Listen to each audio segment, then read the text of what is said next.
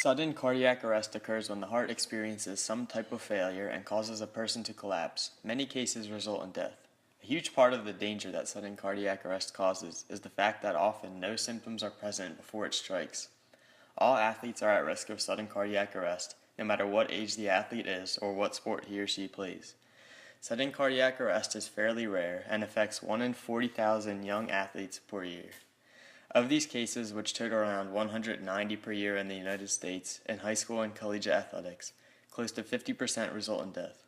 The remainder of these cases almost always pose serious health risks that may affect the victim for the remainder of their lives.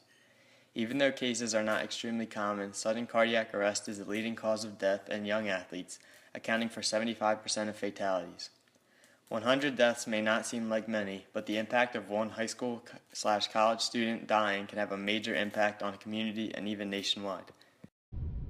So, Terrell throws Hank the alley hooper from half court. He catches it and thunder, dunk down, boom.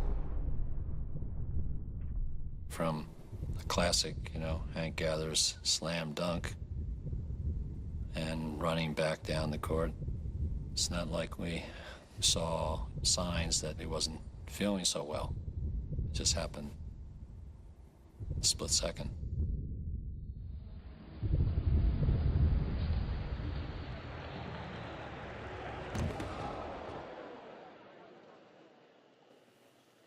Currently, high school and collegiate sports organizations do not require cardiovascular screenings for their athletes. The American Heart Association recommends that young athletes are screened for cardiovascular issues every 2 years. The NCAA, the main collegiate sports organization, encourages cardiovascular screening but does not require it as part of its pre-participation physical exam.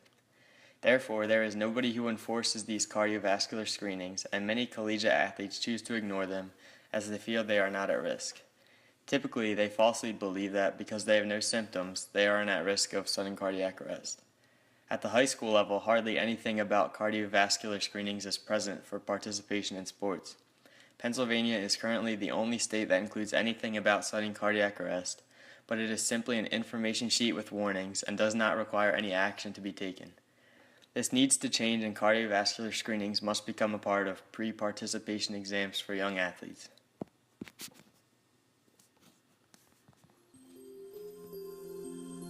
Young athletes always feel they're invincible, yet we know that heart disease can kill athletes, and we hear about this all the time in the newspapers and on TV. When I hear this, my heart breaks because I know these deaths could be prevented. 8 years ago, I saw this young kid from Virginia who had been exercising in his college gym. He collapsed and experienced sudden cardiac death. He was saved because an alert janitor did CPR immediately, called EMS. He was shocked out of a life-threatening heart rhythm. This should have never happened because his dad died at age 34, several years prior to this, and if this kid had known that this was an inherited heart condition and had gotten evaluated for it, he would have never ended up in the situation he was in. He was lucky to be saved, but he'd have as easily died from the event that he had in his college gym. That event led me to think that if a kid like him, who was educated and had all the support, parental and healthcare support he needed, could be unaware of a dangerous condition like this, then kids in Baltimore City who don't have access to healthcare are probably at more danger. Cardiovascular screening may come across as a long, invasive test, but that is not the case at all. All that would be required to determine if someone is at risk for sudden cardiac arrest is a simple test called an electrocardiogram or EKG. An EKG takes about 5 minutes to complete and is not invasive in any way. Results from an EKG can be processed by a doctor quickly, and if there are no signs of cardiac problems, the athlete will pass the screening and be able to compete. If an athlete's EKG exhibits signs of a possible cardiac problem, doctors may have to perform a few more tests such as an X-ray or echocardiogram, which are performed to determine what is wrong. An EKG that shows negative results could mean a number of bad things, and it is not always bad news. The worst case scenario is a serious heart condition, which would force an athlete to stop playing sports. Another possibility is a minor heart condition that may require surgery or a drug protocol that would allow the athlete to continue playing sports. In some cases, EKGs give off false positives or show that there might be a heart problem even when there is not one, and the athlete can continue playing sports if further testing reveals no serious cardiac issue. Here, you can see just how easy an EKG is to perform. A doctor or nurse places the sticky electrodes at certain parts of the body that allow for the most clear observation of the heart. The doctor then attaches wires to each of the electrodes that are connected to a small computer.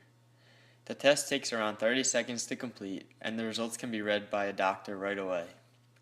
The great advantage of using an EKG is that none of the major causes of sudden cardiac arrest go undetected. However, there may be some issues with enforcing a cardiovascular screening for every high school and collegiate athlete in the country. One issue is the number of EKGs that result in false positives. Approximately 4% of EKGs result in false positives, but this number could be reduced significantly with better training for doctors. Also, an X-ray or ultrasound can be used to prove that an EKG gave off a false positive, both of which are easy, non-invasive tests. Another issue that may arise is the cost of performing all of these cardiovascular tests. It would cost approximately $2 billion to implement mandatory testing for every athlete. However, this money would be going towards saving young lives, which carries a great significance. The final large issue would be the time it would take to implement a system that would make EKGs accessible to all athletes, so it could be a few years before EKGs became mandatory. Devastating obviously to the youngster and devastating to the family and the school. It's a very rare event, but in many of the instances it's preventable, and that's really the key of what we're trying to do, is figure out how can we identify the youngster at risk. Now, at risk does not mean that youngster is going to die. I mean, the risk may be 1 in 10,000. In other words, you take 10,000 athletes. One may have a condition where they're at risk of dying suddenly. It doesn't mean that person's going to die suddenly. Maybe 1 out of 10 of those will die suddenly, but at least you've identified that group of youngsters that you need to potentially restrict from athletic endeavors. But it's not a lot of athletes, but the key is to try to identify the ones that may be at risk. Sudden cardiac arrest is a serious problem affecting the country today. Around 100 high school and collegiate athletes are dying each year, even though sudden cardiac arrest is easily preventable. A new system needs to be implemented that would account for cardiovascular screenings for each of these athletes. There is a great responsibility to save these lives, which are being lost too soon.